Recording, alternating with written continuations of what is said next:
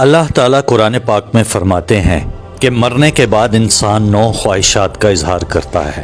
سورۃ النباہ آیت 40 میں قرآن پاک فرماتا ہے، اے کاش میں مٹی ہوتا۔ مرنے کے بعد انسان کہتا ہے، اے کاش میں مٹی ہوتا۔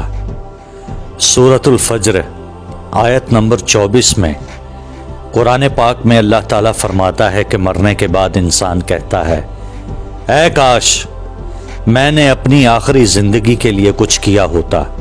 سورۃ الحاقہ آیت نمبر 25 میں قرآن پاک میں اللہ تعالیٰ فرماتا ہے کہ مرنے کے بعد انسان کہتا ہے، اے کاش مجھے میرا نامہ اعمال نہ دیا جاتا۔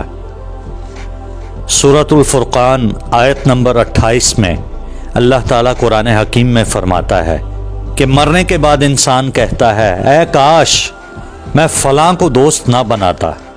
سورۃ الاحزاب آیت نمبر 66 میں قرآن پاک میں اللہ تعالیٰ فرماتا ہے کہ مرنے کے بعد انسان کہتا ہے، اے کاش ہم نے اللہ اور اس کے رسول صلی اللہ تعالیٰ علیہ وآلہ وسلم کی فرما برداری کی ہوتی۔ سورۃ الفرقان آیت 27 میں اللہ تعالیٰ قرآن پاک میں فرماتا ہے کہ مرنے کے بعد انسان کہتا ہے، اے کاش میں نے رسول صلی اللہ تعالیٰ علیہ وآلہ وسلم کا راستہ اپنا لیا ہوتا۔ سورۃ النساء آیت نمبر 73 میں اللہ تعالیٰ قرآن حکیم میں فرماتا ہے کہ مرنے کے بعد انسان خواہش کرتا ہے، اے کاش میں بھی ان کے ساتھ ہوتا تو بہت بڑی کامیابی حاصل کر لیتا، یعنی ایمان والوں کے ساتھ۔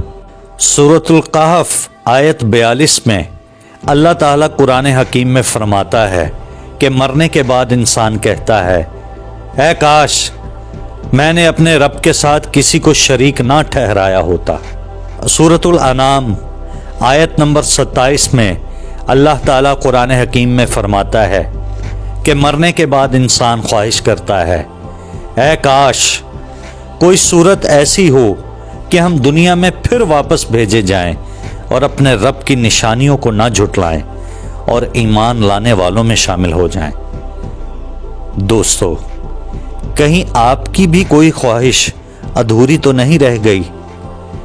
میری دعا ہے کہ اللہ تعالی ہماری زندگی بھی ایمان پر قائم رکھے اور ہمارا خاتمہ بھی ایمان پر ہی کرے، آمین۔ دوستو، اگر ابھی تک آپ نے میرے چینل یاسر جمشید کو یوٹیوب پر سبسکرائب نہیں کیا تو اسے سبسکرائب کر لیجئے۔